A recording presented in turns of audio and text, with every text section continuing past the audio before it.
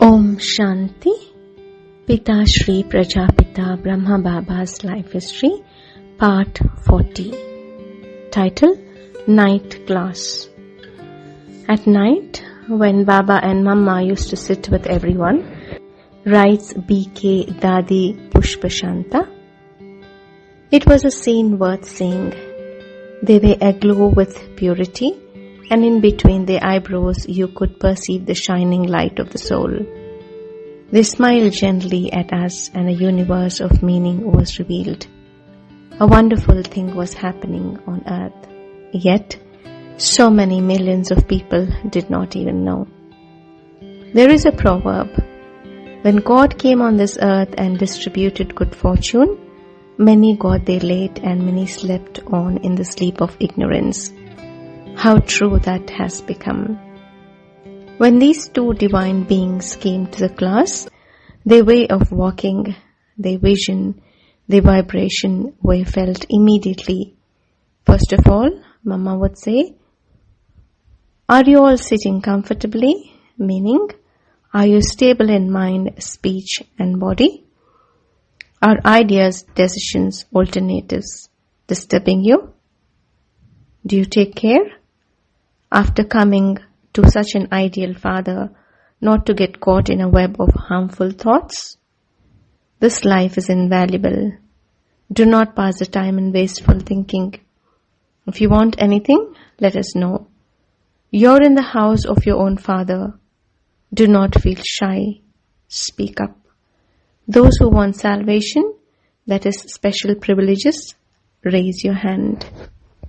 When these matters were taken care of, she would say, "All right, if you have done anything which is biting your conscience, let it out. By telling it, you will become lighter. We can show you how to deal with it.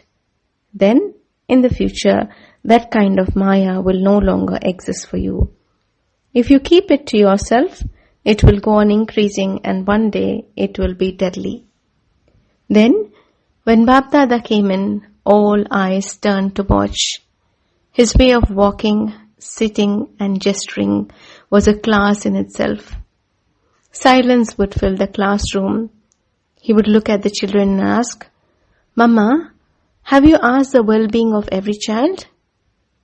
Look, children, you have come to the house of Bab Dada. Do not be shy about asking for happiness. Shiv Baba's whole treasure is for you. All of you must have whatever you need for your health and comfort. This body is very valuable because by being in this body you can remember Shiv Baba and get rid of all bad habits and earn eternal wealth. So, take care of it. Yet, don't be attached to it. You have both to forget the body and at the same time to take care of it." Baba did not wish the children to suffer. He gave them only one hard task, to always to remember Shiv Baba and be virtuous. It requires special labor to remember Shiv Baba, but it is no hardship because you do not have to sit in a special position. You do not have to fast or do pranayamas. Simply remember Shiv Baba and your sins will be burned away. When the class was over, the music would begin. Sangam Yug. How beautiful a time. The Father of Fathers is meeting us here for a journey beyond the sky. How great the day to fly away. With bodies light as flowers, we are flying in the air, leaving the earth, the moon, the sun, even the stars behind, onward to Paramdam. Far away, Paramdam, far away world of light. The unlimited home, from where all souls have come, where our point of light, Father, resides. The souls would leave the class refreshed, then go to bed to sleep in peace. No one could understand where the time went. Too soon the moment came for saying farewell to the new children, their visit over. Baba and Mama used to come to the hall. Everyone would take toddy, that is, a gift of sweets, from Baba and say goodbye. In the background, a song played which had become traditional on such occasions.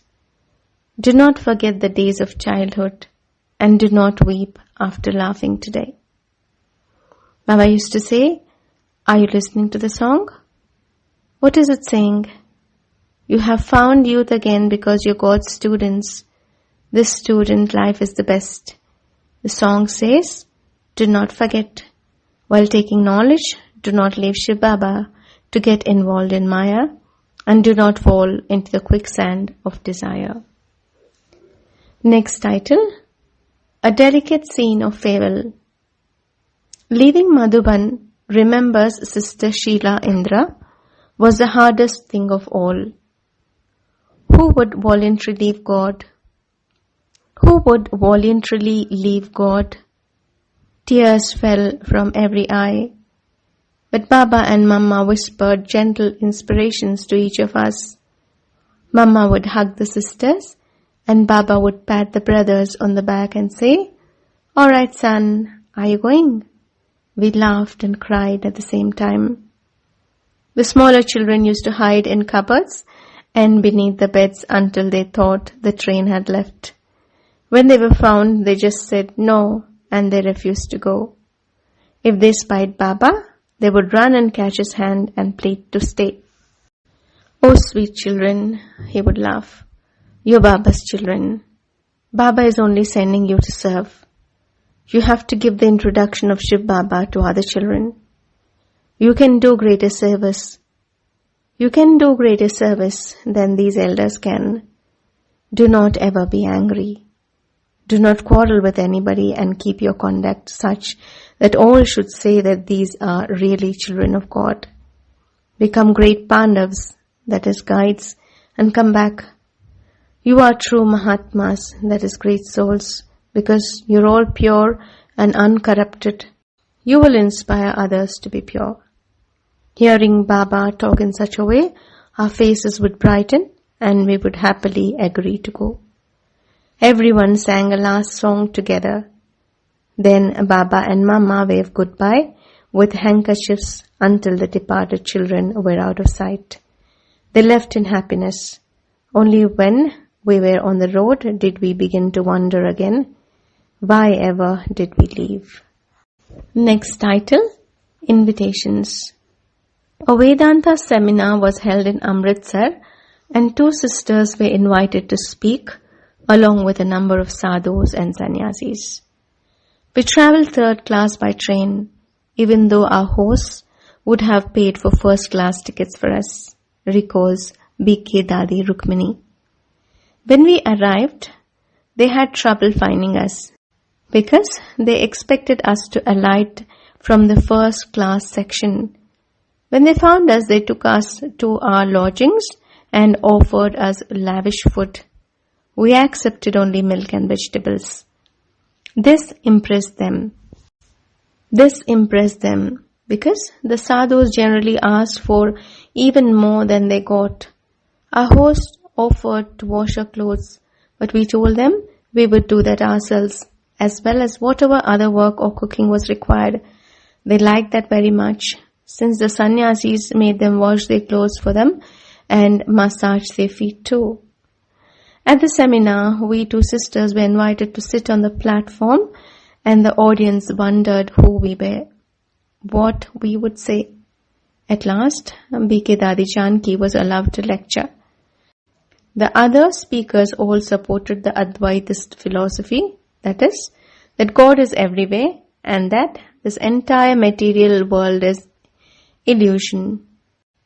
But Dadi Janaki delineated the difference between God, the soul and the matter. She spoke clearly and beautifully about the Supreme Soul, His qualities, His 3 acts of creation, destruction and sustenance of the world, and His need to borrow a human body to speak through. Many felt that God could not be a tiny point of light. Is He not infinite? Dadi Janki revealed that He is infinite in virtue, in knowledge and in power, but it was not necessary for Him to be infinite in gross size. We all know that many of the greatest human beings have not been physically impressive.